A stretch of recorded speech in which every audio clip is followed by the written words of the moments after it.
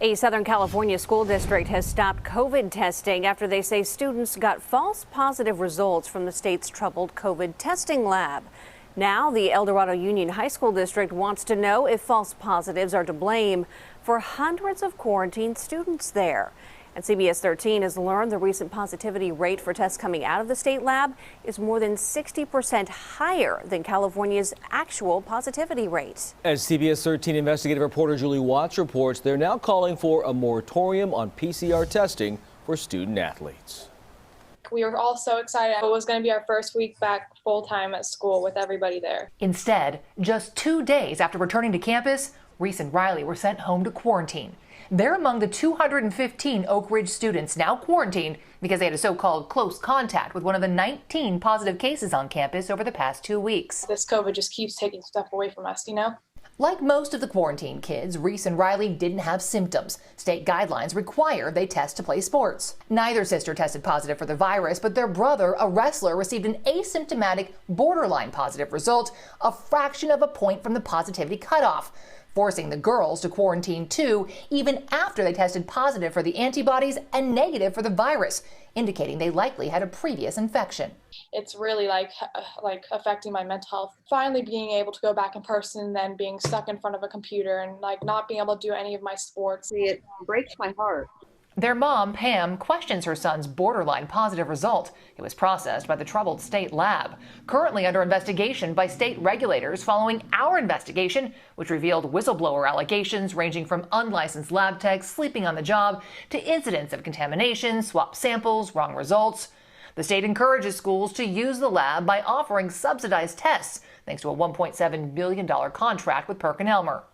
All of the money that's being spent on it, our children deserve better. Last week, the Culver City School District announced it was suspending testing following an unprecedented number of false positives from the state lab, which were later confirmed by LA County Public Health. Our positivity rate has increased over 1,000% with the state lab.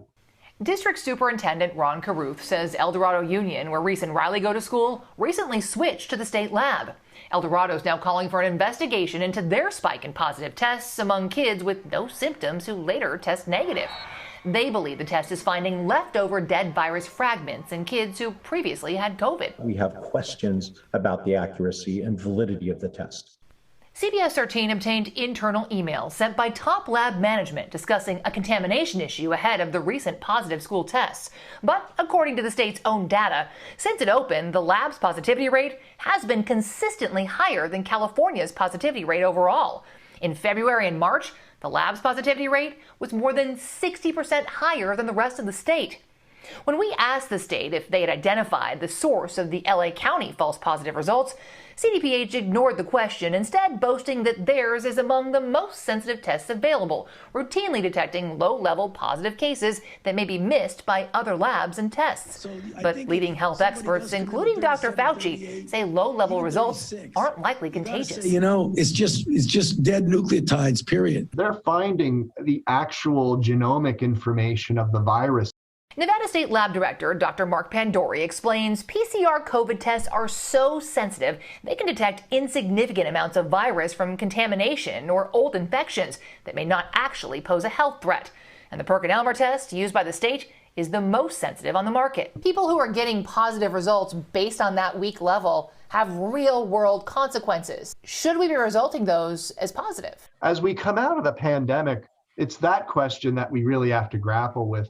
Many believe we should be moving toward rapid antigen testing for athletes because a positive test that doesn't actually pose a health threat can have significant consequences. Why are they using such a sensitive test? We think it needs to be looked at before we do greater harm to students. For Reese and Riley, the damage is done. Our JV season was canceled because there wasn't enough players. Even though they never tested positive, their brother's borderline test had a ripple effect on their whole team.